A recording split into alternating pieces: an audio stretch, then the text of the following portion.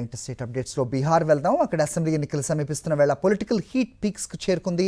మహాగఠ్ బంధన్కు బీటలు వారినట్టుగా కనిపిస్తోంది. మహాగఠ్ బంధన్లో సీట్ల పంపకాల విషయంలో విభేదాలు తలెత్తిన క్రమంలో 143 అసెంబ్లీ స్థానాలకు అభ్యర్థులను ప్రకటించింది ఆర్జేడీ.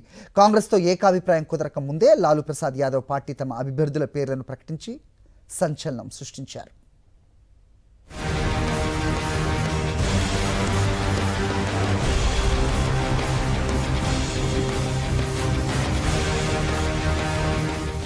బీహార్ అసెంబ్లీ ఎన్నికల పోలింగ్ దగ్గర పడుతోంది.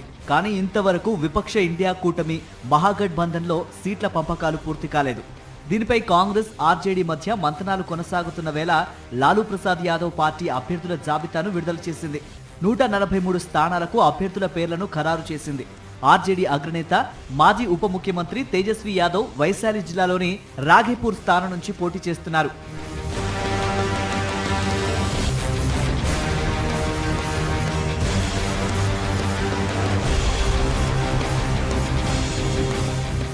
అటు కాంగ్రెస్ పార్టీ ఇప్పటి వరకు 60 మంది అభ్యర్థుల పేర్లను ప్రకటించగా ఆమ్ ఆద్మీ పార్టీ కూడా 4వ విడత జాబితాలో 12 మందితో కలిపి 121 మంది అభ్యర్థులను బరిలోకి దిప్పుతున్నట్లు వెల్లడించింది. అయితే సీట్ల సర్దుబాటు విషయంలో విపక్ష కూటమి నేతల మధ్య ఏకాభిప్రాయం కుదరలేదని తెలుస్తోంది. ఆర్జేడీ నేత తేజస్వి యాదవ్, కాంగ్రెస్ అగ్రనేత రాహుల్ గాంధీ మధ్య దూరం పెరగటమే ఇందుకు ప్రధాన కారణమని విశ్లేషకులు అంటున్నారు.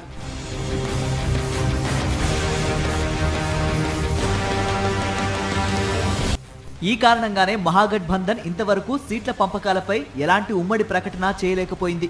అంతేకాకుండా తొలిదశ పోలింగ్ జరగనున్న 121 స్థానాల్లో కూడా సీట్ల సర్దుబాటు చేసుకోకపోవటం విపక్ష కూటమి పార్టీల మధ్య ఉన్న సమన్వయ లోపానికి అద్దం పడుతోంది. మరోవైపు కూటమిలో భాగస్వామిగా ఉన్న జేఎంఎం ఇటీవల 6 స్థానాల్లో ఒంటరిగా పోటీ చేస్తున్నట్లు ప్రకటించడం మహాగఠ్ బంధన్ కు మరో ఎదురుదెబ్బగా మారింది. మరోవైపు అధికార ఎన్డీఏ కూటమిలో సీట్ల సర్దుబాటు సజావుగా సాగింది.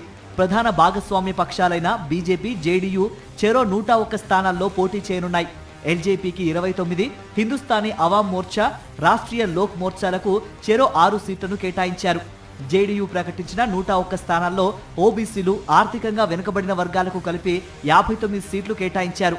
దాదాపుగా మంత్రులందరికీ టికెట్లు లభించగా ఈసారి మహిళలకు కేవలం 13 స్థానాల్లోనే అవకాశం ఇచ్చారు. మొత్తం 243 అసెంబ్లీ స్థానాలకు 2 దశల్లో పోలింగ్ నిర్వహించేందుకు ఎన్నికల సంఘం నిర్ణయించింది. నవంబర్ 6, 11 తేదీల్లో పోలింగ్ జరగనుండగా నవంబర్ 14న ఓట్ల లెక్కింపు ఉండనుంది.